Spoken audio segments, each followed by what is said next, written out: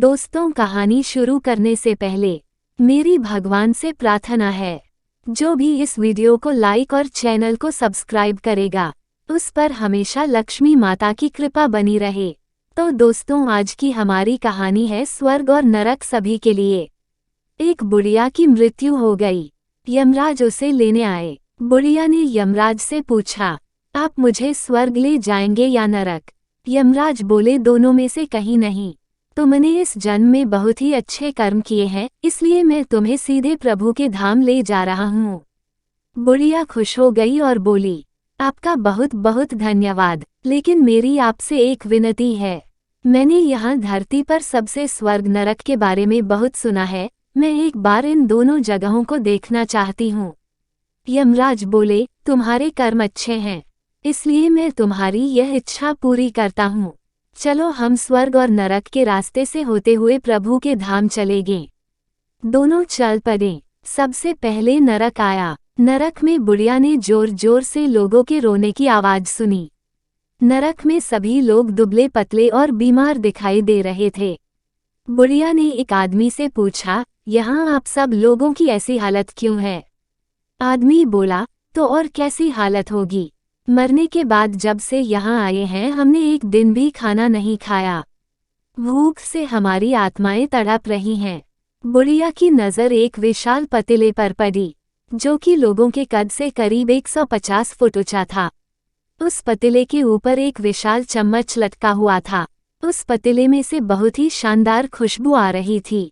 बुढ़िया ने उस आदमी से पूछा, इस पतीले में क्या है? आदमी मायूस होकर बोला, ये पतीला बहुत ही स्वादिष्ट खीर से हर समय भरा रहता है। बुढ़िया ने हैरानी से पूछा, इसमें खीर है तो आप लोग पेट भर के ये खीर खाते क्यों नहीं? भूख से क्यों तड़प रहे हैं?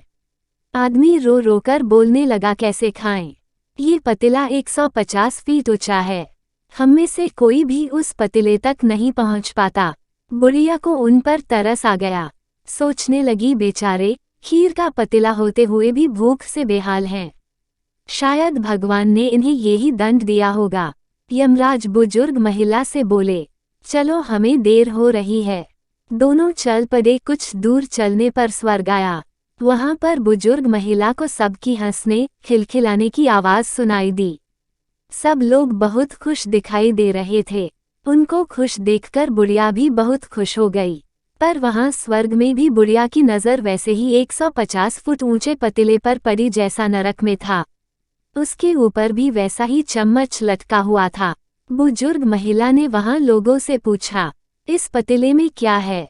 स्वर्ग के लोग बोले, इसमें बहुत स्वादिष्ट खीर है। बुजुर्ग महिला हैरान हो गई।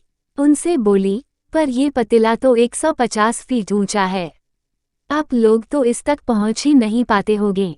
उस हिसाब से तो आप लोगों को खाना मिलता ही नहीं होगा। आप लोग भूख से बेहाल होंगे। पर मुझे तो आप सभी इतने खुश लग रहे हो, ऐसे कैसे?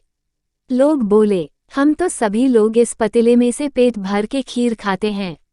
महिला बोली, पर कैसे? पतीला तो बहुत ऊंचा है।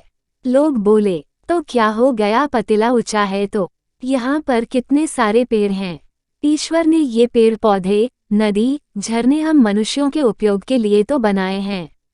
हमने इन पेड़ों की लकड़ियों से विशाल सीढ़ी का निर्माण किया। उस लकड़ी की सीढ़ी के सहारे हम पतीले तक पहुंच जाते हैं और सब मिलकर खीर का आनंद लेते हैं। बुजुर्ग महिला यमराज की तरफ देखने लगी। यमराज मुस्काए और बोले, ईश्वर ने स्वर्ग और नरक मनुष्यों के हाथों में ही सौंप रखा है। चाहे तो अपने लिए नरक बना ले और चाहे तो अपने लिए स्वर्ग बना ले। भगवान ने सबको एक जैसे हालात में भेजा है। उसके लिए उसके सभी बच्चे एक समान हैं, वो किसी से भेदभाव नहीं करते। वहाँ नरक में भी पेड़ पौधे सब थे, पर वो लोग खुद ही आलसी हैं। उन्हें खीर हाथ में चाहिए, वो कोई कर्म नहीं करना चाहते, कोई मेहनत नहीं करना चाहता, इसलिए सब भूख से बेहाल हैं। यही तो ईश्वर की बनाई इस दुनिया का नियम है। जो कर्म करेगा, मेहनत करेगा, उसी को मीठा फल खाने को मिलेगा। अर्थात स्वर्ग एवं नरक आपके हाथ में ही हैं। मेहनत करें, अच्छे कर्म करें और अपने जीवन को स्वर्ग बनाएं। अगर आपको यह कहानी पसंद आए तो कृपया लाइक या कमेंट जरूर करें। धन्यवाद।